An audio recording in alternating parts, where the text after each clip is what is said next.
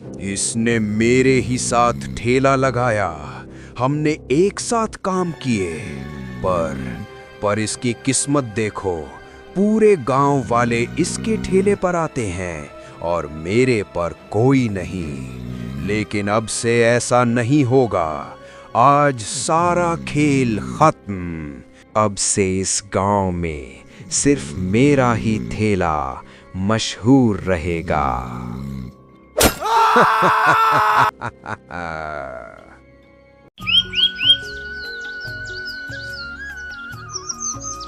पटना के सरायगंज मोहल्ले की गलियां दिन में साधारण लगती थीं, लेकिन शाम होते ही उनका रंग बदल जाता था। कहीं सब्जी की दुकानें, कहीं चाय की केतली की सीटी, कहीं बच्चों का शोर, कहीं बुजुर्गों की हंसी। लेकिन इन सब के बीच एक गली थी जहां हर शाम एक ही चीज लोगों को खींच लाती थी, देसी मटन की खुशबू। गली के कोने पर एक पुराना सा ठेला था। ठेले के पीछे खड़ा होता था एक पतला दुबला आदमी। नाम था उसका लल्लन मियां। चेहरे पर थकान, आंखों में उम्मीद और हाथों में स्वाद। सुबह का समय था। लल्लन अपने छोटे से कमरे में बैठा था। सामने पुराने बोरसी पर चाय उबल रही थी। कमरा छोटा था, दीवारें टूटी फूटी, लेकिन एक कोने में साफ सुथरी रखी मसालों की डिबियां उसकी दुनिया थी। बेटा, आज भी बाजार जा रहे हो? हाँ माई, और क्या करेंगे? ठेला नहीं लगाऊंगा तो चूल्हा कैसे चलेगा? तेरे अब्बा होते तो तुझे इस हाल में नहीं देखते। वही तो तुझे देसी मटन बनाना सिखाए थे। हाँ माई, वही तो याद करके ठेला लगाता हूँ। उनका हाथ नहीं, उनका स्वाद अभी भी साथ है। चाय खत्म करके लल्लन झोला उठाता है। वो माँ के पैर छूता है। दुआ करो माई, आज अच्छा दिन निकले। ऊपर वाला तुझे कामयाब करे बेटा। किसी का हक मत मारना, किसी के साथ बुरा मत करना। लल्लन सरायगंज के मुख्य बाजार की तरफ चलता है। बाजार में शोर है। सब्जी वाले, फल वाले और बीच में कसाई की दुकान। वहीं पर बैठा होता है राम बाबू। बड़े बड़े हाथ, मोटी मूछें और सामने टंगा ताजा मटन। आ गया लल्लन, आज क्या इरादा है? राम बाबू, आज भी आधा किलो देसी मटन दे दीजिए, पैसे शाम को दे दूंगा। हर बार यही बोलता है, उधार उधार उधार। दुकान कोई तुम्हारी भी चल रही है क्या? एक दिन मेरी भी दुकान चल जाएगी, तब पूरा हिसाब बराबर कर देंगे। राम बाबू थोड़ा रूखा दिखता था, पर भीतर से इतना कड़वा नहीं था। वो एक तरफ से अच्छे टुकड़े निकाल कर देता है। ठीक है, ले जा। लेकिन सुन, अगर आज भी पैसे पूरे नहीं लाया तो कल से मटन नहीं मिलेगा। फिर कोई और तरीका देखना पड़ेगा। ठीक है राम बाबू, आज लोग खुश होकर खाएंगे, पैसे भी आएंगे। मटन लेकर लल्लन अपनी गली की तरफ लौटता है। रास्ते में दूसरे ठेले वाले भी उसे देखते हैं। चाट वाला शंकर, चाय वाला मुन्ना और समोसा वाली काकी। अरे लल्लन, तू रोज मटन ही बेचेगा? कोई दूसरा काम क्यों नहीं करता? मटन में खर्चा ज्यादा, बचत कम। शंकर भैया, देसी मटन ही मेरा सहारा है। यही तो आता है मुझे। आता है कि नहीं पता नहीं, पर अब लोग तेरे ठेले पर ज्यादा दिखने लगे हैं, ये तो साफ है। संभाल के रहियो, चलने वाले बहुत हैं। लल्लन हंसकर चला जाता है। उसे पता नहीं ये बात आगे चलकर सच भी साबित होगी। शाम हो चुकी है। लल्लन ठेला लगाता है कि हवा भी भूखी लगने लगे। गली में रहने वाली चंपी आंटी खिड़की से झांकती हैं, फिर नीचे उतरकर सीधे ठेले के पास आती हैं। अरे लल्लन बेटा, आज तो खुशबू दूर से ही नाक पकड़ के ले आई। जल्दी एक प्लेट देसी मटन बना दे। आंटी थोड़ा सब्र करो, मटन अभी दम पर जा रहा है। 5 मिनट बाद जो प्लेट मिलेगी वो दिल खुश कर देगी। तू हमेशा यही बोलता है, लेकिन मानना पड़ेगा, तेरे मटन में कुछ बात है। इधर 2-3 छोटे बच्चे भी आ जाते हैं। भैया, एक छोटा सा टुकड़ा दे दो ना, बस चखने के लिए। हाँ भैया, हम पैसे नहीं ले पाए, पर बाद में दे देंगे। अरे ओ छोटू सना, तुम लोग तो मेरे मेहमान हो। लो, सबको एक एक टुकड़ा, बस ध्यान से खाना, गरम है। बच्चे टुकड़ा मुंह में डालते ही आंखें बंद कर लेते हैं। थोड़ी देर बाद 4 कॉलेज के लड़के आते हैं। भैया, 4 प्लेट देसी मटन। आज प्रैक्टिकल पास हो गए हैं, सेलिब्रेशन है। मेरे लिए एक्स्ट्रा रस डाल देना भैया। थोड़ा कम पैसे में कर दो ना, हम स्टूडेंट हैं। अरे स्टूडेंट हो तो दिमाग लगाओ, पेट नहीं बचाओ। मैं दाम कम नहीं करूंगा, पर एक एक टुकड़ा एक्स्ट्रा दे दूंगा, चलेगा? बस यही दिल जीत लिया भैया। भीड़ धीरे धीरे बढ़ती रहती है। तभी गली के दूसरे कोने से एक आदमी आता है। वो किसी आम ग्राहक जैसा दिखता है, पर उसके चलने में एक अलग तरह की आत्मविश्वास था। एक प्लेट देसी मटन देना, जी अभी देता हूँ। पर वो वाला हिस्सा देना जो तुम अपने लिए बनाते हो। हैरान होकर आदमी की तरफ देखता है। आपको कैसे पता कि मैं अपने लिए अलग बनाता हूँ? जो सच्चा खाना बनाता है वो अपने लिए थोड़ा अलग बनाता है, थोड़ा ज्यादा प्यार, थोड़ा ज्यादा मेहनत। तुम्हारे स्वाद में वो बात है। लल्लन कुछ नहीं बोलता, बस मन ही मन ये सोचता है कि ये आदमी कौन है। वो मसालों में थोड़ा और दम लगाकर मटन की प्लेट तैयार करता है और चुपचाप उसके सामने रख देता है। लीजिए खाइए साहब, ये वही प्लेट है जो मैं अपने लिए बनाता हूँ। आदमी पहला निवाला मुंह में रखता है। ये सिर्फ मटन नहीं है, ये कहानी है। लल्लन समझ नहीं पाता कि वो क्या कह रहा है। आदमी एक भी और शब्द नहीं बोलता, पैसे देता है, लेकिन पैसे के साथ मेज के कोने पर एक छोटी सी कागज की पुड़िया रख देता है और जाने लगता है। साहब ये क्या है? जब सही समय लगे तब खोलना। ये कहकर वो चला जाता है। लल्लन पुड़िया उठाकर अपने डब्बे में रख देता है। रात भर सोचता रहता है, पर खोलने की हिम्मत नहीं करता। दिन गुजरते हैं। धीरे धीरे लल्लन के ठेले पर भीड़ बढ़ने लगती है। पहले जो लोग बस सूंघकर निकल जाते थे, अब रुक कर खाते हैं। चंपी आंटी हर दूसरे दिन 2 प्लेट लेने लगी हैं। कॉलेज के लड़के अपने दोस्तों को भी साथ लाने लगे हैं। लेकिन जहां भीड़ होती है वहां जलन भी होती है। ठेले से थोड़ी दूरी पर बैठा चाट वाला शंकर, ये लल्लन का मटन अब हमारे धंधे पर भारी पड़ रहा है।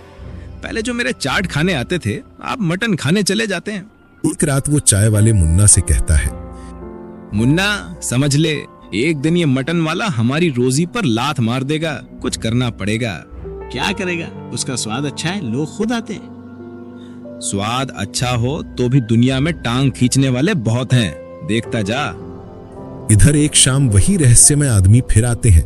इस बार ठेले के सामने भीड़ ज्यादा है, पर वो आराम से लाइन में नहीं लगते, एक तरफ खड़े होकर देखते रहते हैं। जब भीड़ थोड़ी कम होती है, वो आगे बढ़ते हैं। कैसा चल रहा है लल्लन मियाँ? आप सब आपकी दुआ से लोग अब ज्यादा आ रहे हैं, पर मैं अभी भी समझ नहीं पाया आप हैं कौन? समय आने पर बता दूंगा। अभी बस इतना समझो कि तुम्हारा मटन सही दिशा में जा रहा है। उस दिन भी वो आदमी प्लेट खाता है, मुस्कुराता है और चला जाता है। लल्लन के मन में सवाल और बढ़ते जाते हैं। एक दिन शहर से एक नई लड़की गली में आती है। ये लल्लन का देसी मटन कहाँ मिलता है? सोशल मीडिया पर बहुत नाम सुना है। उधर भैया का ठेला है, चलिए हम दिखाते हैं। वो ठेले के पास आकर खड़ी होती है।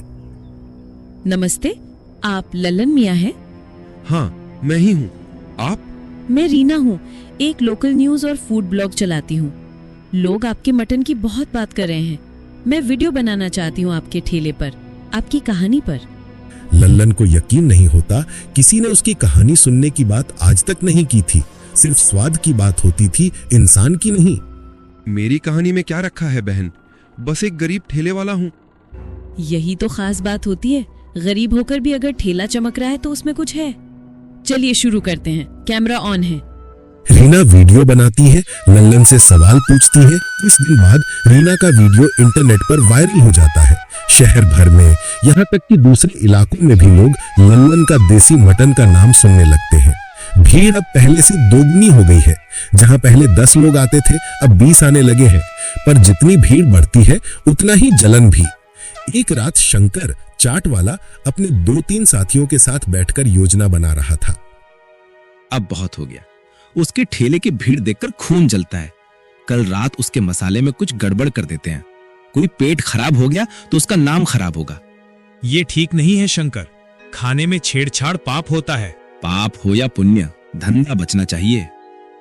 अगली रात जब लल्लन ठेला समेटकर घर चला जाता है, शंकर चुपके से उसके मसालों वाली डिब्बियों के पास जाता है। एक डिब्बी में कुछ अजीब सा पाउडर डाल देता है। अगले दिन सुबह ठेला लगाने से पहले लल्लन माँ के कमरे में जाता है। माई, आज लगता है बहुत भीड़ होगी, वीडियो का असर दिख रहा है। बस बेटा, ये भीड़ तेरी नेक नियत के साथ बनी रहे। ठेला लग जाता है। भीड़ आज वाकई बहुत है। थोड़ी देर बाद रहस्यमय आदमी फिर आता है। वो हमेशा की तरह शांत चेहरे से ठेले के पास आकर खड़ा हो जाता है। आज तो बहुत भीड़ है। हाँ साहब, वीडियो का असर है। मैंने तो सोचा भी नहीं था कि लोग इतना प्यार देंगे। आज एक बात बताऊं, पहले वो पुड़िया खोल लीजिए जो मैंने दी थी। लल्लन चौंक जाता है। वो अपने बक्से से वो छोटी पुड़िया निकालता है। चिट पर लिखा होता है, ये मेरी बनाई हुई एक खास नमक मसाला मिक्स है। बहुत हल्का है पर स्वाद बढ़ा देगा, ज्यादा मत डालना। रहस्यमय आदमी मुस्कुराता है। मैंने पहले दिन ही समझ लिया था कि तुम्हारे मटन में कुछ कमी नहीं, बस थोड़ा और निखार चाहिए। लेकिन ध्यान रखना, कभी किसी को अपने मसाले के पास आने मत देना। इधर जैसे ही लल्लन मसाला निकालता है, उसे अचानक कुछ गड़बड़ी दिखती है। उसके दूसरे डिब्बे की खुशबू बदली हुई है। ये क्या? इस डिब्बे से अजीब सी गंध क्यों आ रही है? रहस्यमय आदमी डिब्बे को सूंघता है और तुरंत समझ जाता है, किसी ने इसमें कुछ मिलाया है। अगर ये मसाला मटन में जाता तो लोगों का पेट खराब हो सकता था। लल्लन घबरा जाता है। उसके दिमाग में शंकर का ताना घूमने लगता है। मतलब कोई मुझे बदनाम करना चाहता था? हाँ, और अगर आज तुमने ध्यान नहीं दिया होता तो पुलिस, मीडिया सब तुम्हारे खिलाफ हो जाते। उसी वक्त एक पुलिस की जीप गली में आती है। इंस्पेक्टर साहब उतरते हैं। कौन है यहाँ मटन वाला? शिकायत आई है कि यहाँ गंदा खाना बेचा जा रहा है। साहब, आप गलत सुनाए हैं। मेरा खाना बिल्कुल साफ है। हमें चेक करना होगा। अगर कुछ गड़बड़ मिली, ठेला जब्त हो जाएगा। इंस्पेक्टर साहब, मैं मुंबई का एक शेफ हूँ। आप चाहे तो मैं भी खाना चेक कर सकता हूँ, और ये डिब्बे भी। तुम कौन होते हो बीच में बोलने वाले? मेरा नाम कबीर है, मुंबई के जायका एम्पायर होटल चेन से 2 बार नेशनल लेवल पर अवार्ड भी मिल चुका है। आप चाहे तो गूगल कर सकते हैं। वो मोबाइल में नाम सर्च करता है। उसे सच दिखता है। ठीक है, अगर तुम शेफ हो तो तुम भी चेक कर लो। ये जो एक डिब्बा है, इसमें छेड़छाड़ हुई है, लेकिन ये मटन में डाला नहीं गया। खाना साफ है। अगर आप गली वालों से पूछेंगे तो आपको पता चलेगा कि लोग इस मटन को कितना पसंद करते हैं। चंपी आंटी तुरंत आगे आती है। इंस्पेक्टर साहब, ये ललन हमारा बेटा जैसा है। सालों से खा रहे हैं इसका मटन। एक बार भी किसी को परेशानी नहीं हुई। झूठी शिकायत होगी। कॉलेज के लड़के भी आगे आ जाते हैं। हाँ साहब, अगर आप खाना चखना चाहें तो हम अभी पैसा देकर आपके लिए भी प्लेट मंगवा देते हैं। नहीं भाई, नमूना चखने के लिए मुझे इतने लोगों की जरूरत नहीं, लेकिन लगता है यहाँ सच में लोग इस ठेले को मानते हैं। इंस्पेक्टर जाते जाते कहता है, सावधान रहना, दुश्मन अक्सर पास ही होते हैं। कबीर और लल्लन एक दूसरे की तरफ देखते हैं। दोनों को अंदाजा हो गया था कि ये सब किसी की चाल थी। रात को ठेला समेटकर घर जाने के बाद लल्लन कबीर के साथ गली के कोने पर बैठता है। अब तो आप बता दीजिए, आप हैं कौन? हर बार आ जाते हैं, मदद भी कर देते हैं। मैं वही हूँ जो तुम्हारे स्वाद में अपना भविष्य देखता हूँ। मेरा नाम कबीर है, जैसा आपने सुना। मैं बड़े बड़े होटल चलाता हूँ, मुंबई, दिल्ली, दुबई, पर असली स्वाद मुझे यहाँ मिला है, तुम्हारे ठेले पर। मैं तो बस एक गरीब इंसान हूँ साहब। गरीब इंसान नहीं, अमीर स्वाद वाला इंसान हो तुम। कुछ दिन बाद कबीर ठेले पर एक मोटी फाइल लेकर आता है। इनकी भीड़ रहती है, तो वो एक तरफ बैठकर इंतजार करता है जब तक कि भीड़ थोड़ी कम न हो जाए। लल्लन मियाँ, अब बात साफ साफ करते हैं। जैसे आप कहिए साहब। ये कॉन्ट्रैक्ट है। मैं तुम्हारी देसी मटन की रेसिपी खरीदना चाहता हूँ। इसके बदले तुम्हें 20 लाख रुपए मिलेंगे, और मुंबई में मेरे होटल में हेड शेफ की नौकरी भी। क्या सोच रहे हो? साहब, मैं आपकी इज्जत करता हूँ, आपके ऑफर की भी इज्जत करता हूँ, पर मैं ये रेसिपी नहीं बेच सकता। क्यों? ये रेसिपी सिर्फ मसालों की नहीं है। इसमें मेरी माँ की दुआ है, मेरे अब्बा का पसीना है, इस गली के बच्चों की हंसी है, चंपी आंटी की तारीफ है, उन स्टूडेंट्स की खुशी है जो पास होने के बाद यहाँ सेलिब्रेट करते हैं। अगर मैंने ये रेसिपी बेच दी तो ये सब कैसे बेचूंगा? आसपास सन्नाटा छा जाता है। कबीर कुछ देर तक चुप रहता है, फिर हल्का सा हंसता है। मैं उम्मीद कर रहा था कि तुम यही कहोगे। जी? अगर तुम रेसिपी पैसों के लिए बेच देते तो मुझे यकीन हो जाता कि ये रेसिपी सिर्फ स्वाद की है, भावना की नहीं। लेकिन तुमने बता दिया, ये मटन तुम्हारे लिए सिर्फ व्यापार नहीं, जिंदगी है। कबीर फाइल बंद करता है, फिर दूसरी पतली फाइल निकालता है। ठीक है, अब दूसरा प्लान सुनो। ये नया कॉन्ट्रैक्ट है। इसमें रेसिपी तुम्हारी ही रहेगी, ठेला भी तुम्हारा ही रहेगा, मोहल्ला भी तुमसे नहीं छीना जाएगा। मैं बस तुम्हारे ठेले को ब्रांड बनाऊंगा। मतलब नाम रहेगा लल्लन्स देसी मटन, टेस्ट ऑफ बिहार। मैं पैसा लगाऊंगा, तुम्हारे ठेले को साफ सुथरा बड़ा मजबूत बनवाऊंगा। मेन्यू प्रिंट होगा, पहचान बनेगी। दूसरे शहरों में भी दुकानें खुलेंगी, लेकिन हर जगह तुम्हारा नाम और तुम्हारा हिस्सा होगा। तुम मालिक होगे, सिर्फ रसोइया नहीं। पर साहब, मैं तो पढ़ा लिखा भी नहीं ज्यादा, कॉन्ट्रैक्ट कैसे समझूंगा? तुम्हारे लिए मैं सब कुछ साफ साफ हिंदी में लिखवाऊंगा, और अगर चाहो तो वो रीना पत्रकार जिसने तुम्हारे बारे में वीडियो बनाया था वो भी देख लेगी। अगर वो कहे कि सब ठीक है तभी साइन करना। रीना भी वहीं पास खड़ी थी, कैमरा हाथ में। कबीर की बात सुनकर आगे बढ़ती है। मैं देख लूंगी लल्लन, अगर एक भी लाइन गलत लगी तो सबसे पहले मैं ही रोड पर शोर मचा दूंगी। सभी हंस पड़ते हैं, माहौल हल्का हो जाता है, पर दिलों में गहरी बात बैठ जाती है।